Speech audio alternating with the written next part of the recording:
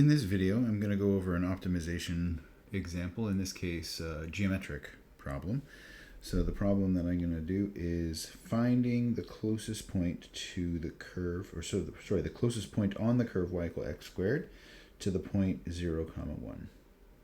So in this case, this function y equal x squared is given explicitly, but I'm going to solve this problem. I'm going to wait a little bit longer than necessary before I use the explicit solution because in general you might find a more complicated implicit function here, in which case I just want to go a little bit further without making that assumption one way or the other. So to start with, always a good idea with these optimization problems is to plot a diagram.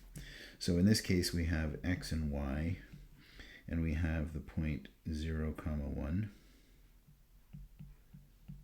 And now, without being able to draw the quadratic very accurately, there are two sort of pictures that might occur. One is a very broad, let me try that, even broader, a very broad parabola. And the other option is maybe there's a very narrow parabola. And if we were to do this accurately, we might be able to figure out which of those two scenarios we're in. But in the broad scenario, you can see that the closest point should be the origin. But in the narrow scenario, you can see that, well, that should be symmetric. But you see there should be two symmetric points that are close to the parabola. So we expect some structure like this, either a single critical point near or at 0, the origin 0, 0, or some matched symmetric critical point out here at some value of x. Okay, so let's write down how we calculate those and see that coming out of the algebra of the problem. So I'm going to write down the distance between the point 0, 1 and any point here on the parabola. So I'll call any point out here x, y. And we know that y is equal to x squared, but I'm going to leave it as y now just under the assumption that maybe this is an implicit relationship that's hard to isolate for y. So I'm going to write this down. Instead of writing d equals square root of, it's easier to take derivatives when I don't have square roots involved. So I'm going to write down d squared is equal to, and now the x component of that distance is going to be x minus 0, all squared. And the y component is going to be y minus 1, and I square that. That's Pythagoras. So this is an expression for the distance between the point 0, 1 and some arbitrary point xy on the curve. And I want to find mins and maxes, particularly a minimum of this function.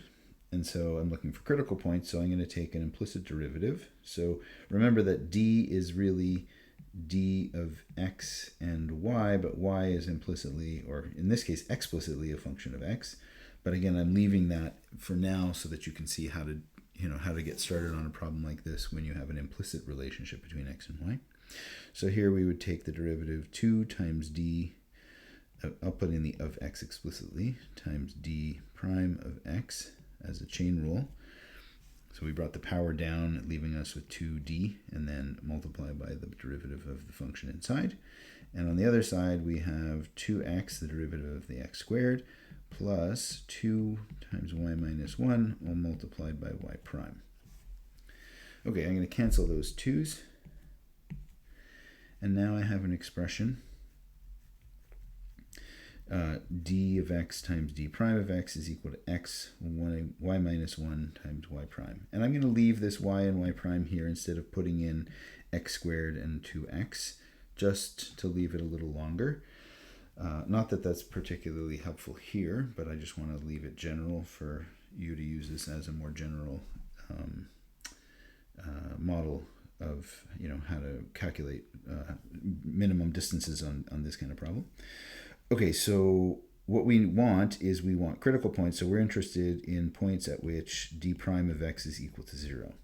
So we're going to set d prime of x equal to 0, and we get 0 equal x plus y minus 1 y prime.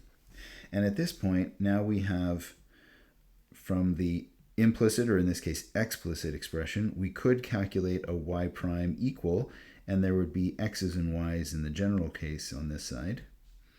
and that could replace the y prime here, and then we would have an equation in x and y.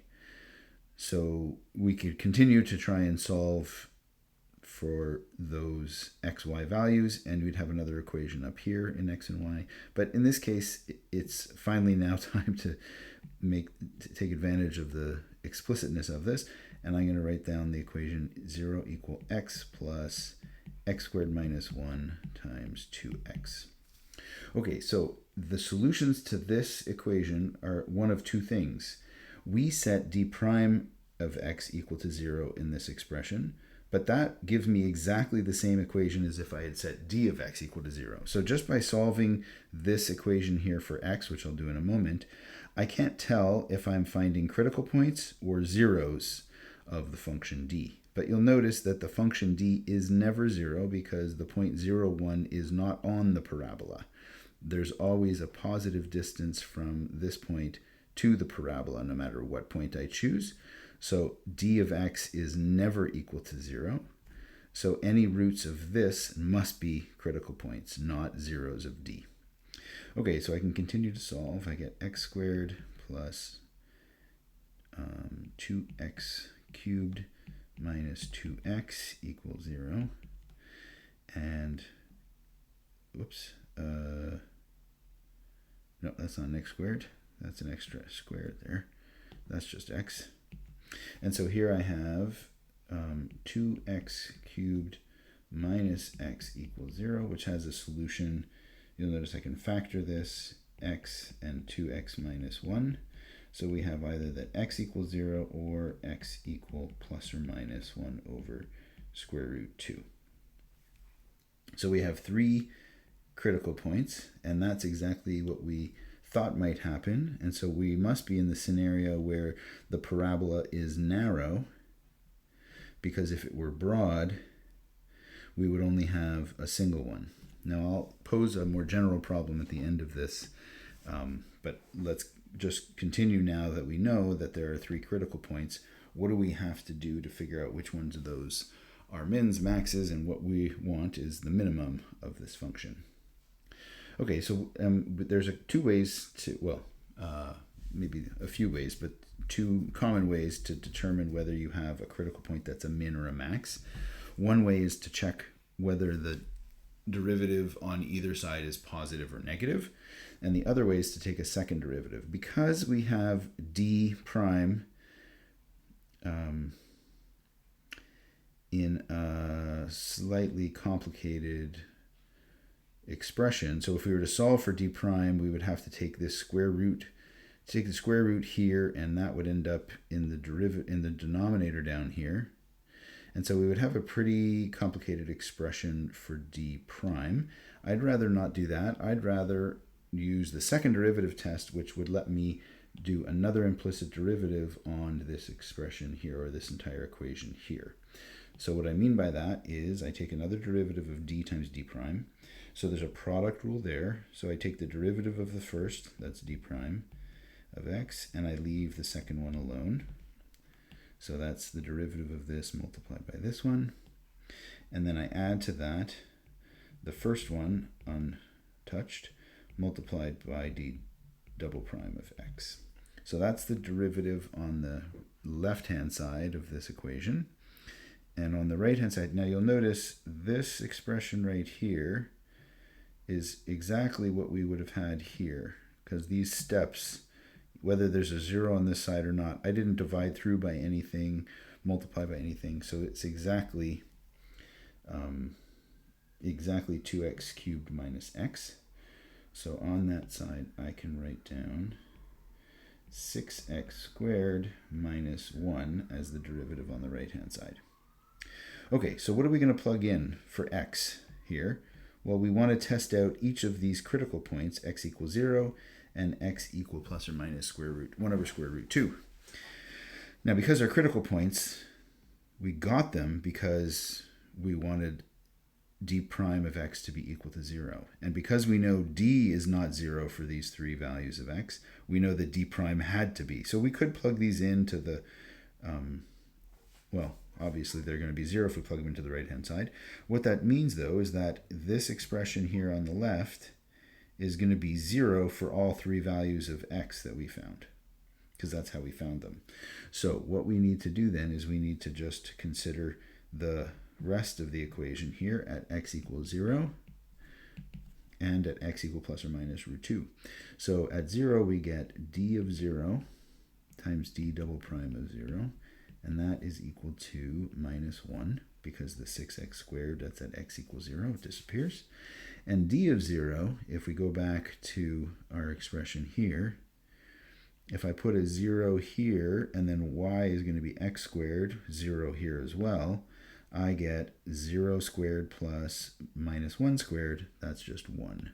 So d of 0 is just 1, so we know that d double prime of 0 is equal to minus 1, which is negative, and that means we're concave down at x equals 0. This is the d graph, d of x, and this is 0 right here. So we have that x equals 0 is a max. Not interested. All right, what about x equal? Now I can put, in fact, I'll put 1 over root 2, but we could do both of them at once because every appearance of x is, oh no, that's not true. Not every appearance of x is squared. Okay, I'll do it one at a time. So d of 1 over root 2 multiplied by d double prime of 1 over root 2 is going to be equal to 6 times 1 over root 2 squared is 2. So 1 over 2 minus 1. And so here we get a half of 6 is 3, minus 1 is 2. And d of 1/2 is definitely, I could go calculate it from the expression on the left-hand side, but it doesn't really matter. I know this thing is definitely positive, so I have a positive number here. I could divide through by it onto that side, and we get that d double prime of 1 over root 2 is definitely positive because it's going to be 2 divided by a positive number. So a positive number, d of 1 over root 2. So that means that we are at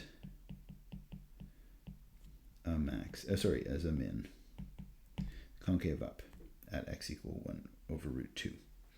Okay, so how does that change if we put a minus sign in front? This number is still going to be positive. This will now have a minus sign in the bracket. And when I square x, the minus sign disappears, so I just get this 1/2 as well. So really, this is actually the exact same expression, whether I have a plus or minus or not. Well, whether I have a plus or a minus. And so I can just slip a plus or minus into the brackets. And now you can see that that would have been okay. And now I get that x equal plus or minus 1 over root 2. They're both mins.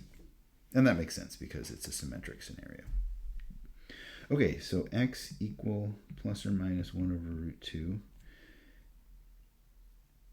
And then we square that, so we have the points, let's see, we have the point plus or minus 1 over square root 2 comma 1 over 2 are the closest points to the parabola.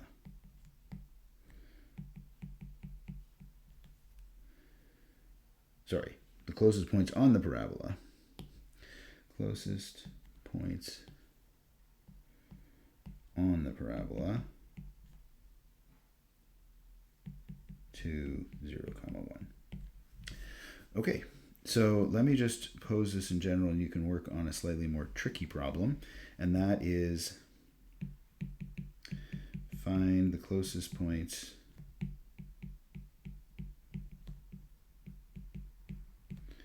to y equal x squared, again, find the closest points, or point, on y equal x squared to the point 0, a. And now what I want you to think about is how many answers to this question do you expect as a function of a? So for a equal 1, I know I get 2 closest points. I get plus or minus 1 over root 2. But is it possible to choose an a value, either bigger or smaller, so that I get only a single answer, and I would expect that single answer to be at the origin?